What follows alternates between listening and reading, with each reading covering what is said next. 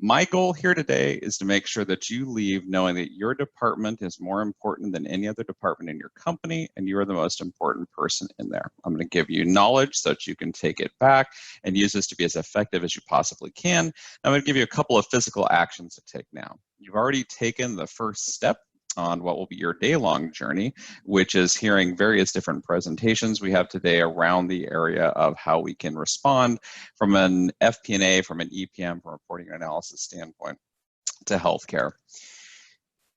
This came out in July from the Blue Cross North Carolina CEO.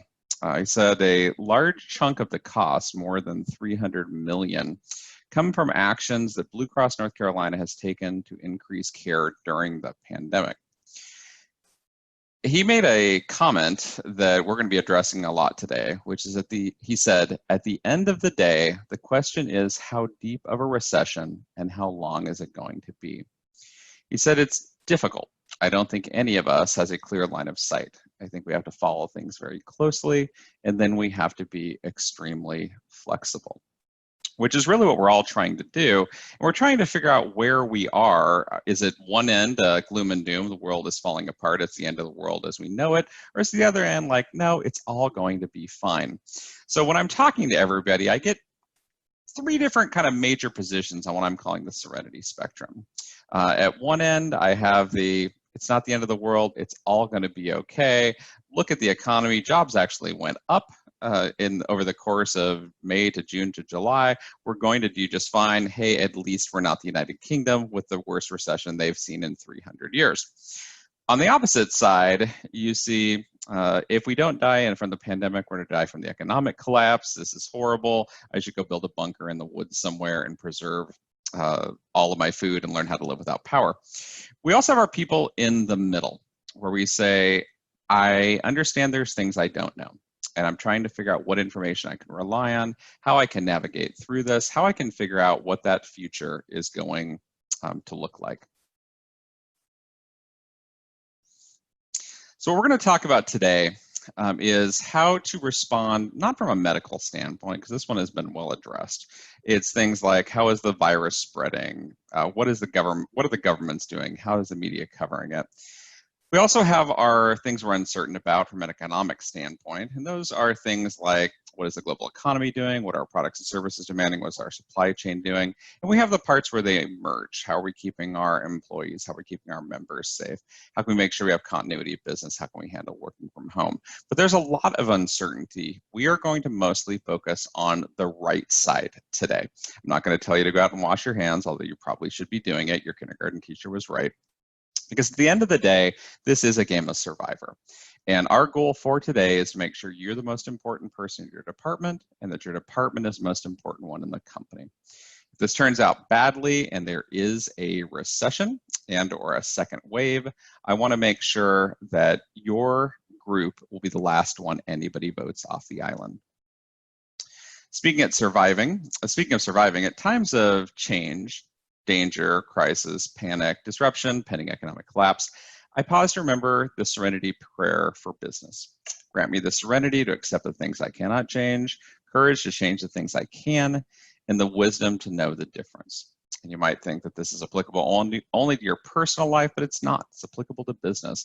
So now I encourage all of you to pause for a second and think about coronavirus, think about the economy, think about your business. What can we change, and what do we just have to deal with because it's outside of our control? Because there are plenty of things outside of our control. We can't stop COVID-19 from spreading around the world. We can't control the stock market. We can't control disruptions to our medical supply chain. We can't control the value of your 401k or global demand for your company's products. We can't make people not hoard whatever random thing they're hoarding today. I went from toilet paper to bottled water to wall razors. There was this week, I think it was the final week of May, where a percentage of American households owning wall shavers and razors went from 41% to 48%, literally in a week. So there's weird hoarding that happens, but there are things we can control. In our personal lives, we can keep ourselves safe. We can stay home. We can use social distancing. We can wear masks. We can slow the spread of virus in our social circle. In our corporate lives, there are even more things we can control: working capital, scenario planning, reporting, analytics, cost controls, supply chain risk mitigation, shareholder, employee communication. There are things we can control, but we have to do them now.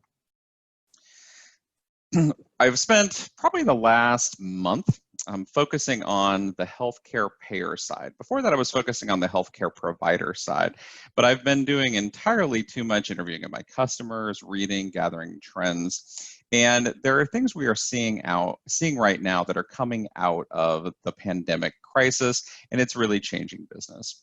One of those, we're trying to figure out how we can get more global payment models.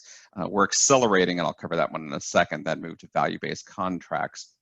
We're actually seeing from the insurer side, unlike the provider side, we're seeing from an insurer side short-term revenue, short-term profit gains, because people are deferring those elective medical procedures. It's not so good on the provider side, because that's obviously where a large portion of their discretionary income comes from.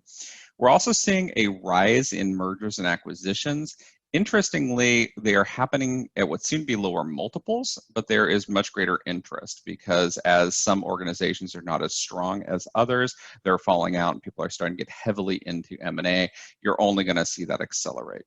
You're also seeing payers rapidly try to adopt more modern technologies, not the cloud, that one's kind of a given. Things like robotic process automation, things like artificial intelligence, even some levels of blockchain finally coming on, getting over that hype curve. We're also seeing a push towards increased telehealth, home medical visits. We're still trying to shake out exactly what that payment structure is going to look like. We were very, very open to modifying it over the last 5 months or so, but is that going to continue?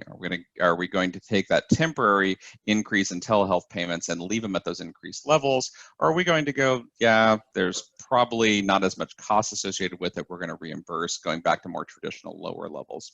On a personal note, I had to switch my doctor yesterday because I didn't really want to go in for my annual 5-minute discussion with my doctor just to make sure everything's okay in person. I said, hey, I really just don't want to hang out in the waiting room. I'd like it if we did that teledoc.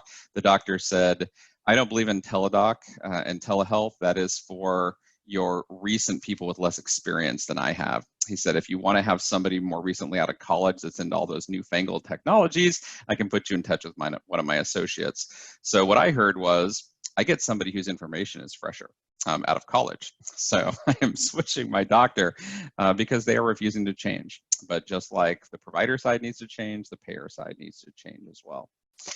I like this quote. This came out of Home Healthcare News. The transition to a value-based system has never been so urgent. When implemented effectively, it encourages clinicians to care for the whole person, address the social risk factors that are so critical for our beneficiaries' quality of life. So let's focus on one of those things we can control. So those things that are trending, and some of those things are definitely within our control. And one of those things is mitigating risks. The best way to mitigate a risk is to understand what it is. When I'm out doing a strategic assessment, helping companies figure out what that future of EPM is going to look like, one of the very first things I do is say we need to list what our concerns are, the things that are going to hold us back from making changes. So I've also been gathering lots of concerns. There was an article that came out, it was about 2 months ago. It was COVID-19 Pandemic Insurer Insights into Challenges, Implications, and Lessons. Yes, that's a fascinating article. And it said that there were 7 top concerns for payers. To point out the obvious, there's a huge amount of uncertainty. We're going to talk about this in a second when we look at the economic uncertainty. What could the world do in terms of going up, going down, or everything in between?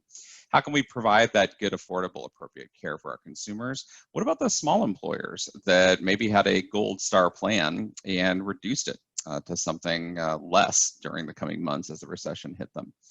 What about all those people that are going uninsured, that are either losing their jobs, therefore losing their health care, or switching from a commercial enrollment to a more governmental enrollment?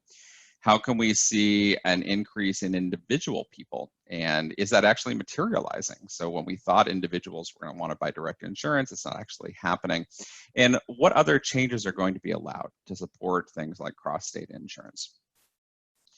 If you talk to CFO.com, they said it all boils down to 3 key strategic risks. So you might have your individual concerns for your industry, but big picture, it's really these things. 1, company liquidity, how much money do I have, or how much money do I have access to, and when will it run out? Supply chain concerns. What are the single points of failure? How do I give myself multiple options for responding if my supply chain is interrupted? In the payer sense, it's less of a concern than it is on the provider side with the medical supply chain disruptions that we've seen over the last 6 months. And then company guidance. We have to have open conversations with our stakeholders, with our shareholders, with our lenders about what we're expecting. Wall Street and banks hate uncertainty. And is there going to be a credit crunch? This tends to happen during a recession. People want to loan out more money, banks want to loan out more money, lenders want to loan out more money, but then we also have various ratios we have to maintain to make sure we're not loaning out too much. According to Healthcare Finance, they say 10 million Americans are projected to lose their insurance. Now, to be completely clear, what they mean by that is losing business employment-driven insurance. They're going to have some level of insurance. We're not going to have 10 million people who can't get healthcare. They're just going to be getting it in a different way than the traditional business-driven healthcare plan. I talked about briefly M&A. And one of the things that's falling out is we are starting to see a number of high yield healthcare insurers that have defaulted since the start of the crisis. So we have this near-term credit risk and it remains elevated. And it's going to depend on how long this recession lasts. And we're going to cover the different scenarios in a little bit, as well as will the issuers go, hey, we need to hold on to our cash right now, we need to only take safe investments, or are they going to be much more open, assuming that this is going to turn around fairly quickly? So in terms of liquidity, you have to think a minimum 1 to 2 quarters ahead. Are we going to see demand dropping or increasing? Are we going to see customers delaying payments? Are we going to have issues with launching new services, new plans? What's going to happen to our revenue? How can we control our expenses accordingly? We do have on the provider side, the providers and their suppliers are trying to get over all those healthcare supply chain issues we ran into. One of the things that's good, we are prioritizing US made goods. We've wanted to for a while, but the cost of producing in other countries, especially in the pharmaceutical medical side, China, the cost savings was too great to really push it back towards the United States. The problem is when you hit supply chain issues, I can't remember the number. I want to say it's 30%, don't quote me on that, of masks and medications that are produced in the United States are produced in the Wuhan province, which obviously was the first affected in the world. So it really exposed single points of failure in the supply chain, which is why we need to understand as we are making reimbursements, we do have organizations that are having those supply chain issues, and it's crucial to them to make sure that those constantly be improving. So remember I said that M&A is increasing? Well, M&A is going up as companies wish to be acquired even for assumption of debt, but what we are seeing is that they are worth less compared to the prior year. So what we are getting is an increase in transactions and a lowering of value.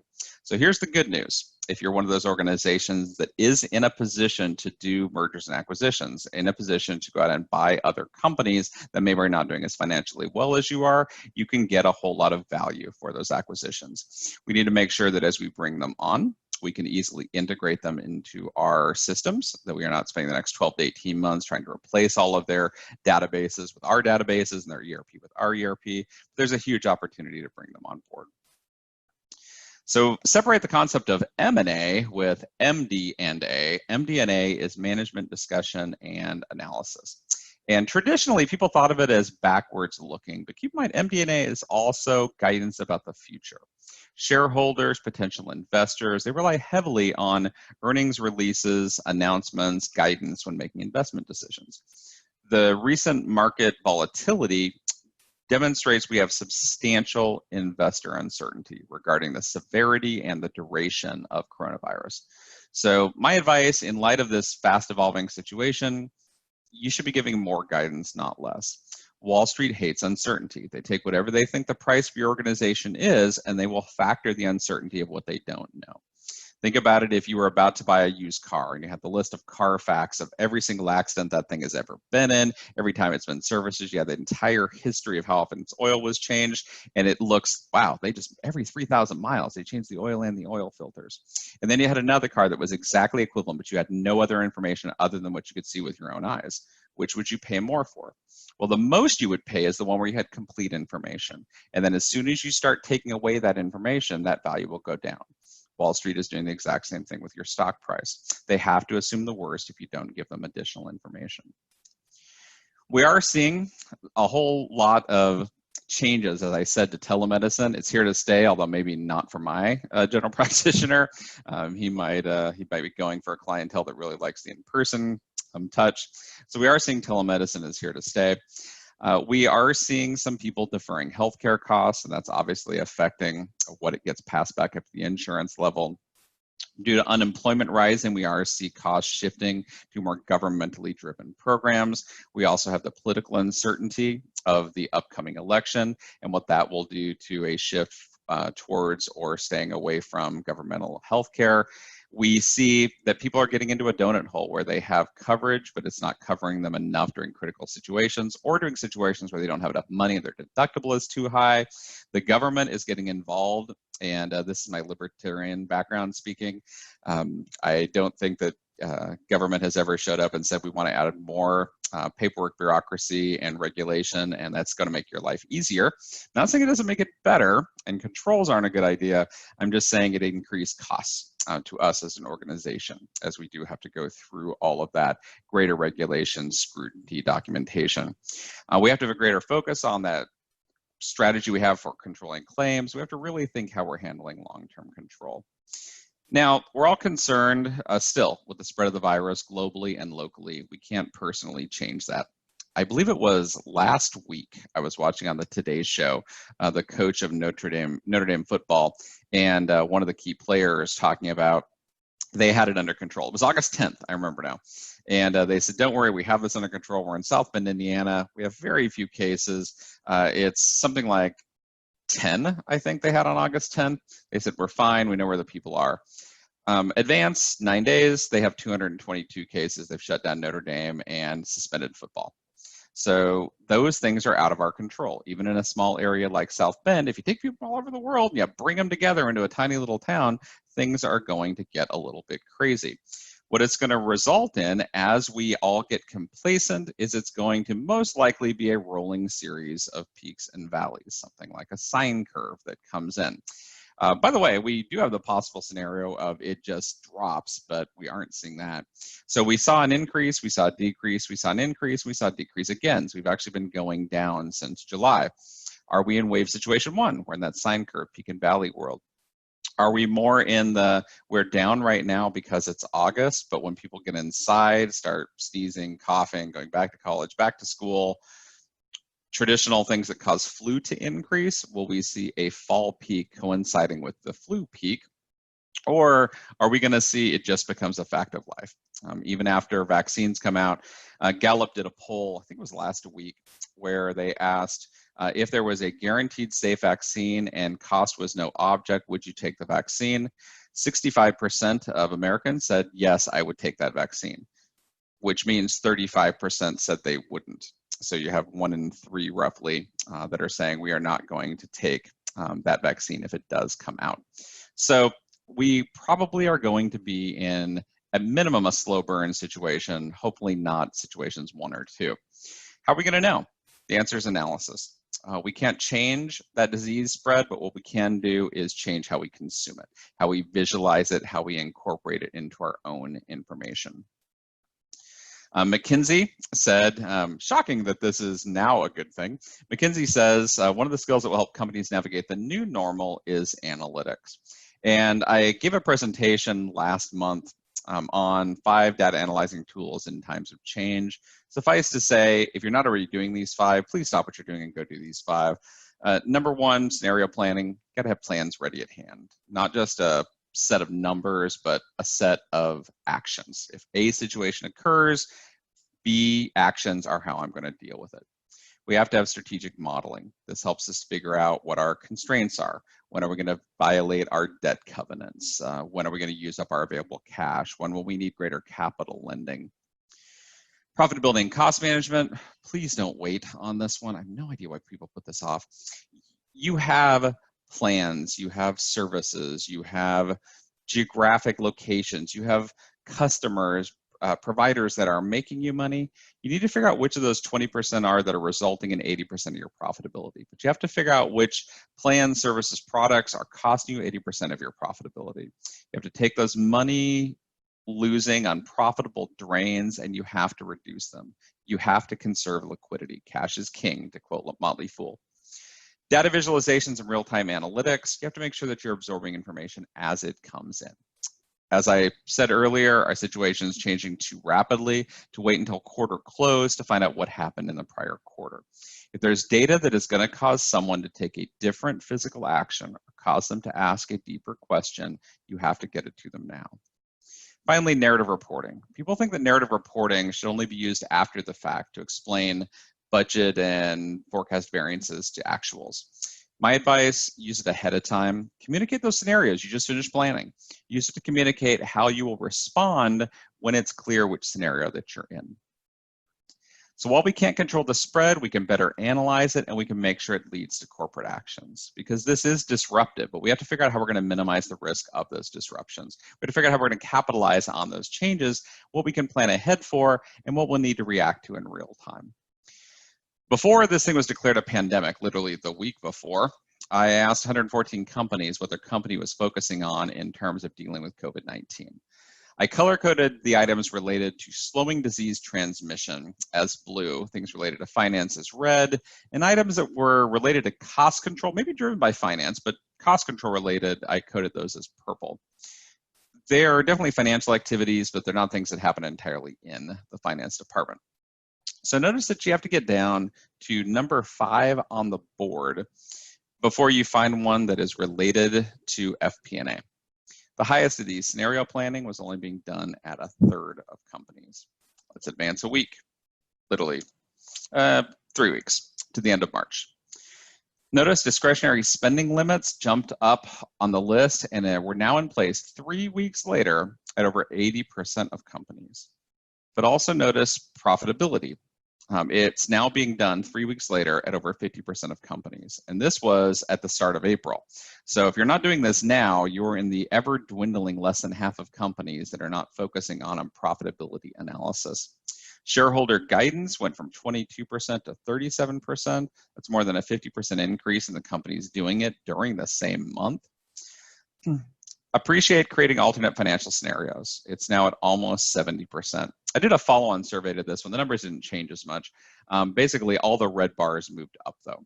So when I did a follow-on survey about creating alternate financial scenarios towards the end of April, it's now in place at almost 3 in 4 companies. So when we're asking how can we respond to it, the answer is by turning to the most important department of the company. That is FP&A. During times of change, during times of uncertainty, people crave information. The department that provides that is FP&A. It's those red bars. Now, we can't control demand for our services. We can't control the stock market, and we know this is going to be disruptive. We know this recession and the recovery are going to take a while, and I'll get into that in a little bit. But what can we do to minimize the risk of these disruptions? Well, to point out the obvious, the stock market has been remarkably volatile. The S&P just had, quote unquote, their shortest bear market in history in terms of how fast they went down to 20% and how long it took them to come out of it. It was less than 60 days. Dow at one point fell 1,900 points in one day, but it hit its lowest point way back in March. We're hitting all-time highs with the S&P, with NASDAQ.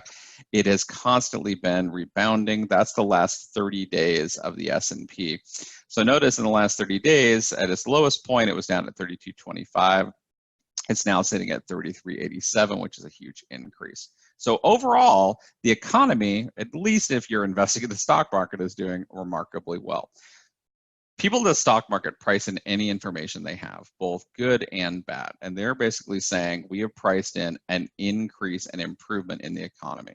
So people always go like, how can they be putting all this money into the stocks? You know, I'm out of a job.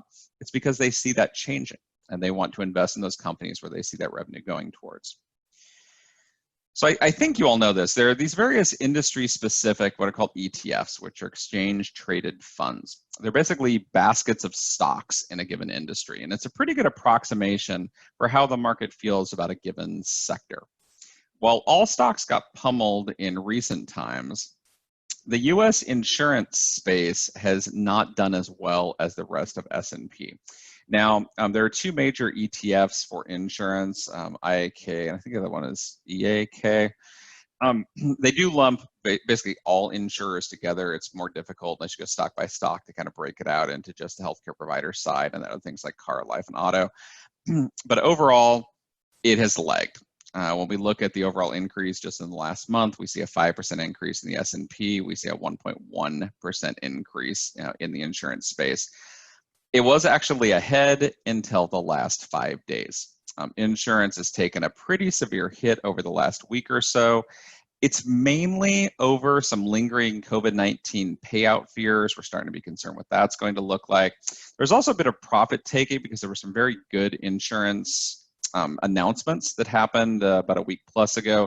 Basically, Prudential, Allstate, and others had better numbers than were expected for the most part. So it kind of shot up, and then people said, yeah, I probably should do some profit taking. So what I need to do for everybody now is a brief refresher on recessions. And I'm going to dip into macroeconomics 101 for about 8 minutes. And I will try and make this as interesting as I possibly can. I'll show you really pretty graphs, so bear with me for 6 to 8 minutes. Some people are calling this the coronavirus recession.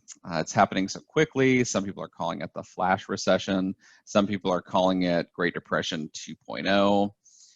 We know there's going to be an impact, and I've done the analysis, and I am absolutely positive it is going to be one of these things.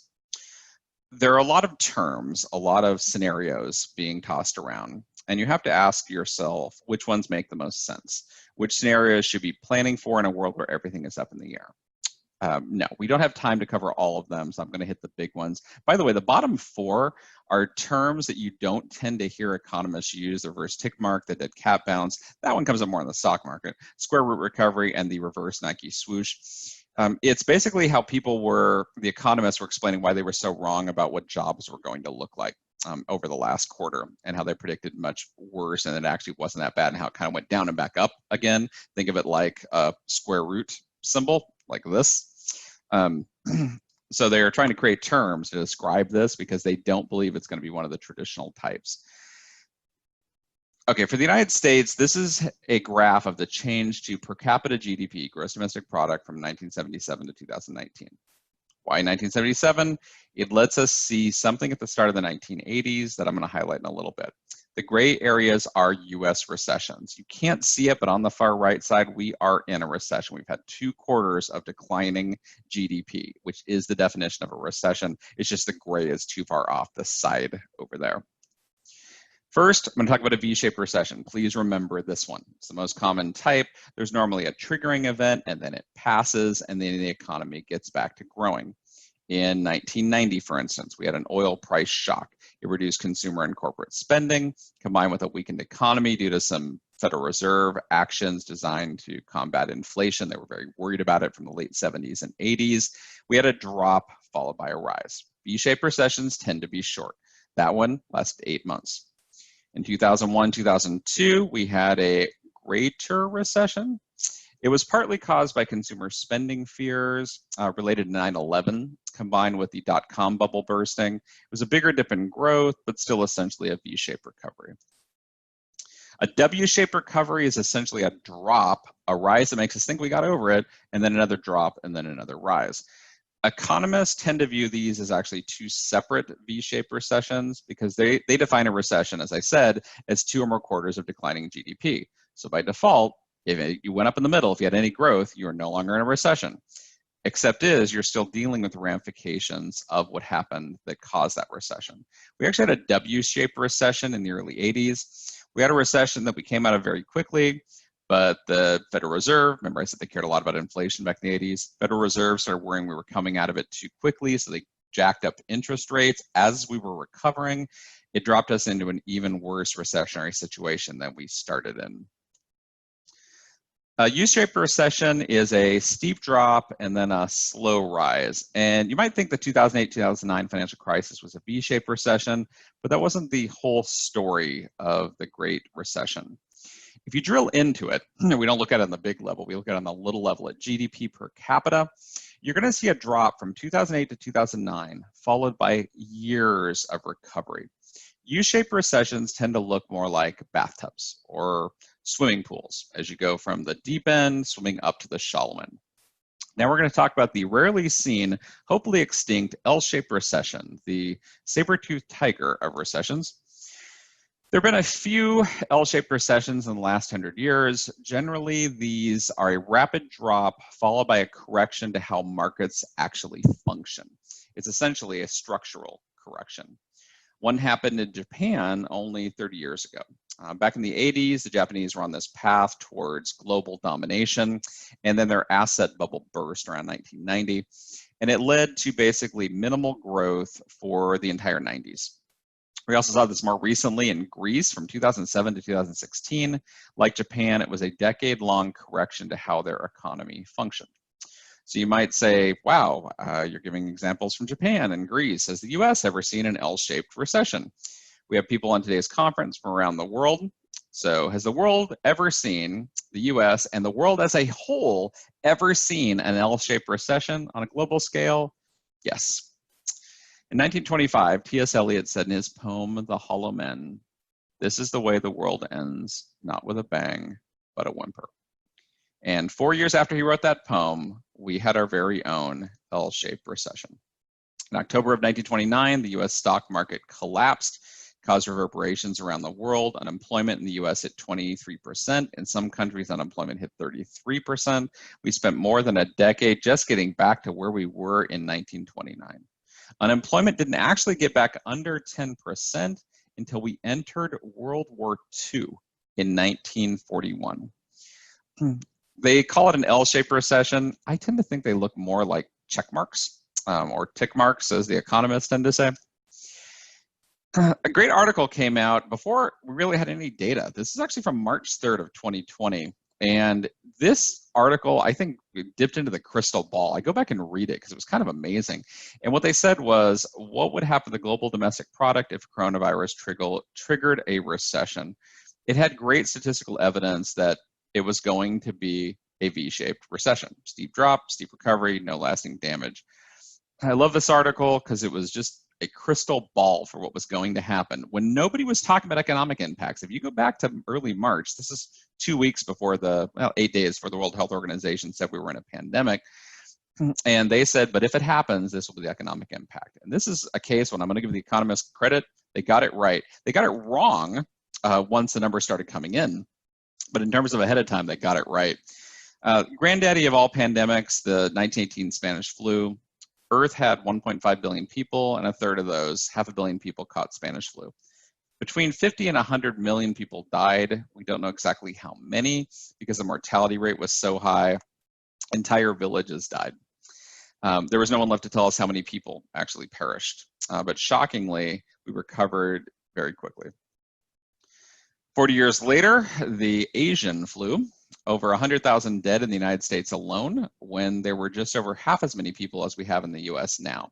If you take and extrapolate that out, it's over 200,000 US deaths from the Asian flu. But notice, steep V-shaped drop, steep V-shaped recovery. We don't tend to think of the 50s as being a time of a major recession, but there was one. We tend to remember the overall let the good times roll of the 1950s and 1960s, but we did have a recession. Speaking of the 1960s, 10 years later, the Hong Kong flu. Poor Asia gets blamed a lot lately. And again, 100,000 US deaths. And while this did cause a change in growth rate, it was barely a blip on global GDP as it continued its nice upward climb. Let's go to the 21st century, SARS. It caused a decrease, and then it grew even faster coming out of it. But in all those cases, you see the same thing. Rapid drop in GDP for 1 to 4 quarters, followed by rapid increase in GDP for 1 to 4 quarters. So the question is, how are we going to weather the storm for those 1 to 4 quarters as we go into a recession? We don't know if it's 2 quarters, or if it's 3, or if it's 4, or if it's going to be longer. How are our finances going to be affected? Because we can't control the global economy, but we can control ourselves. By the way, I like the St. Louis Fed. If you go to Fred, not Fed, fred.stlouisfed.org, you can change all the indicators. You can change the time scale to basically all the way since the start of the 20th century. You can do all kinds of division. You can change what the map or the graphics look like. I was very, very impressed. So here's where we are. We were growing until Q4 of 2019, and we were actually pretty flat in Q1 until March happened. So it caused a slowdown globally as we started to see, even into February, January and February, we started to see China slow down, Italy slowed down, Germany slowed down a bit, some other regional slowdowns. By the time we got to March, people were being told to work from home, people were being immediately furloughed. And so you saw a decrease, but not a bad one.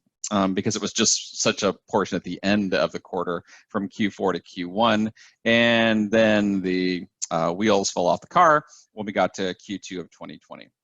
Now, just so you can see the drop, notice my baseline on the left, that is not 0 at the bottom. You're like, oh my gosh, we're about to have 0 GDP. I went from 19.2 trillion to 22 trillion. So at the start of all this, back in March, I surveyed 100 plus Fortune 500 companies, and I also went and read every economic article known to mankind. And I asked companies, what are the common scenarios you're planning for? And it all broke down into 3 big buckets. Essentially, there was the red curve, that's the quick recovery. Blue curve, delayed recovery, and the green curve, that's the prolonged recovery. Now you'll notice that both the red curve and the blue curve are V-shaped recessions. The only difference in the models that I made are just how many quarters they went down and how many it takes to go back up. In the green curve, the prolonged contraction, I'm allowing for more of a U-shaped recession. That's that couple of quarters of decrease, bottoming out for a while, and then a slow rise. And by the way, this is US GDP because the numbers tend to come out faster than global GDP because you're not waiting on 220 countries to get their numbers back in. This is the quick recovery that a lot of companies were hoping for in March and April. In the quick recovery scenario, the belief was the developed world was going to hit our peak of coronaviruses in Q2, so that was by the end of June. There was not a second wave, and the world got back to spending by the end of June. At this point, you're probably going, Edward, this is insane. Have you seen the COVID counts lately? We peaked in July. Realize the most developed countries actually did hit their peak by the summertime. Europe and Asia have their case counts under control. Our case counts are getting better inside the United States. This quick recovery was basically a slight decrease at the end of Q1, but really a big decrease in Q2, a quarter to get back to normal. And we reverse ourselves by the end of Q3, that Q3 is higher than Q2, and by the end of September, we're back to normal, where we were essentially before the recession happened. If this is the one that actually is the case, if you really believe this is where the numbers are, it's about short-term risk mitigation. It's about conserving operating expenses, stabilizing supply chain, planning to come out of this with immediate resumption of where we were, even stronger. Delayed recovery is the one we think is a whole lot more realistic. It's the one that most companies are treating as their likely case. So in the delayed recovery, worldwide daily cases of COVID-19 keep growing into late summer in key countries like, oh, I don't know, Brazil, India, the United States. This causes a decrease in consumer spending for 2 quarters. Essentially, we drop all the way through to September, and then we recover over the 4th quarter of this year and the 1st quarter of 2021.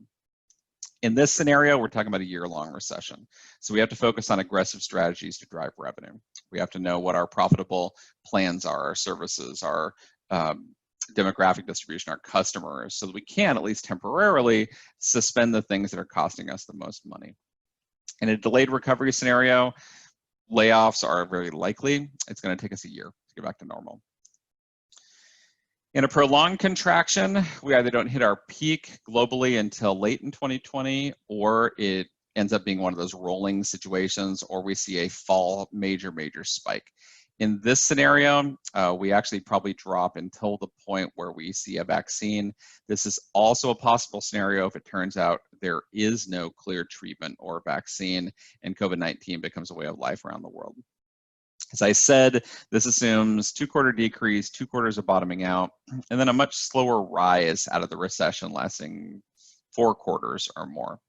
In this situation, we don't get back to where we were at the start of 2020 until sometime in 2022.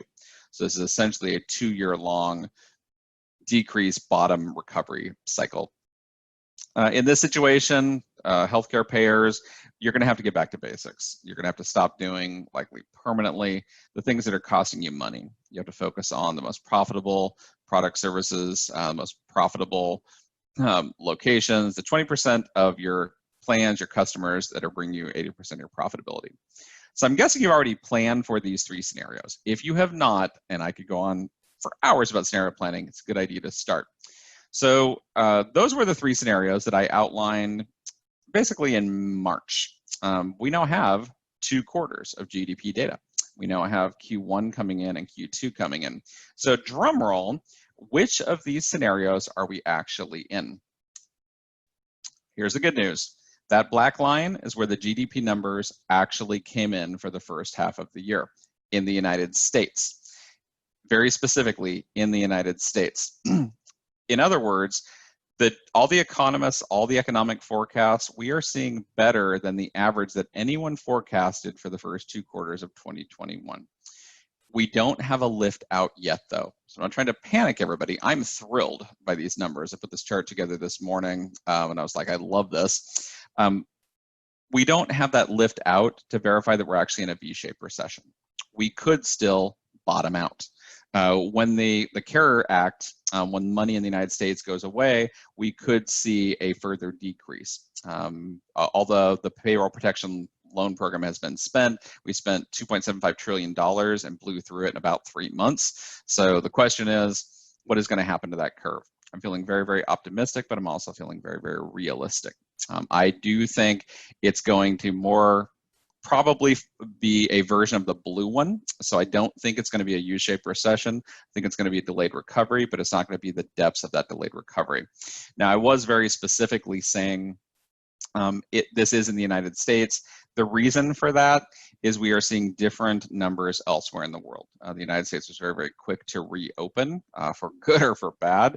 For bad, deaths, huge case count, some cases being the laughing stock of the free world, but we got back to spending far faster than anyone else actually did. We put people back to work far faster. So it's much worse. There are some companies that are seeing as much as a 30% decrease in GDP in Q2, which is pretty close to my worst case scenario in the prolonged contraction.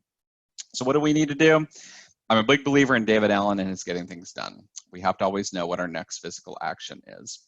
We have to make sure that we deal with all the economic uncertainty that may happen at least until a vaccine is found and is widely distributed. Forecasting is remarkably difficult in the pandemic. There was even an article in Harvard Business Review titled, "Why Economic Forecasting is So Difficult in the Pandemic." And it basically says we have too many unknowns. And if you just start putting a bunch of unknowns and then do confidence intervals into your budget, it goes haywire. I did like this article, PwC, their Health Research Institute, they projected medical costs for 2021 will rise in a range of 4 to 10%.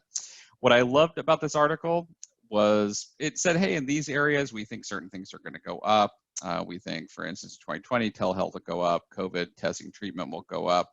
There is no vaccine probably in 2020, but we think that elective surgeries and COVID vaccines are going to increase in 2021. What's that going to do for employers? By the way, I've been preaching scenario planning for about 20 years at this point, and I love this quote. This is from PwC. It's the first time ever that we've actually put together scenarios instead of one single projection. By the way, I'm going to get a little preachy for a second. If you only plan one number, I guarantee your number will be wrong, no matter how many decimals you plan it out for. I'll leave you with 3 quick rules. If you're not doing these, do them now for scenario planning. Number one, determine the 2 to 5 scenarios that are most likely to occur. Number two, plan the 5 KPIs that give you 98% of that scenario.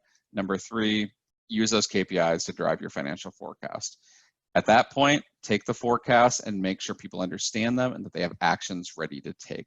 You've got to model those financial impacts in your business. If you're not already doing it, please, please, please email my personal email, eroske, E-R-O-S-K-E @interworld.com afterwards. Ask for some advice. I'll be happy to tell you how to do it. Harvard Business Review also said, and this was really before the pandemic had taken off in most of the industrialized world, they said, don't become dependent on projections. A wide range of scenarios remain plausible and should be explored by companies. Please, please plan for all those scenarios. So I'm going to give you a place to go get additional information because I know you can't manage to read every one of these articles that are out there. Plus, it's really hard to differentiate between something that's actually works for your business and actually helps you out versus something that's more political from both sides. Or is kind of more media hype than reality. So I'm trying to separate the actual news that impacts finance from everything else. So if you're in the finance planning or analysis fields, I've created my own website just to blast news out. This is totally free, interworld.com/updates. You're gonna get lots of great financial news as it happens. I even made a mobile version of it. You do not have to register. You can go out to that page, just an aggregator for all the news that me and my other reporters think is relevant. If you do give it your email address, what it does is each day it sends you like the 3 highest ranked articles from that day, but that's it. But you just want to bookmark it and go out there when you have time. I think that's awesome. Speaking of great news, I want to close by telling you the economy is not only recovering, we have some other good news. 1 million UK citizens have quit smoking during the COVID-19 pandemic.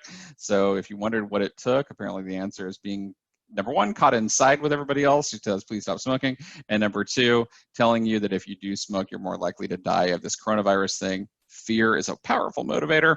So we did see 1 million+ UK citizens quitting smoking. We did see in Anchorage, Alaska, they are housing all their homeless in a way that they haven't before. On goodnewsnetwork.org, one of my personal favorite websites, we have an air filter out that appears to trap and kill COVID-19. So in case you're worried about recirculating air, we seem to have these nice filters that do stop it. We had all kinds of people volunteer to help all around the world. 16,000 healthcare workers said, I'm going to donate my time. I'm going to work crazy hours just to help out in New York. We had people, nurses, doctors coming out of retirement just to assist.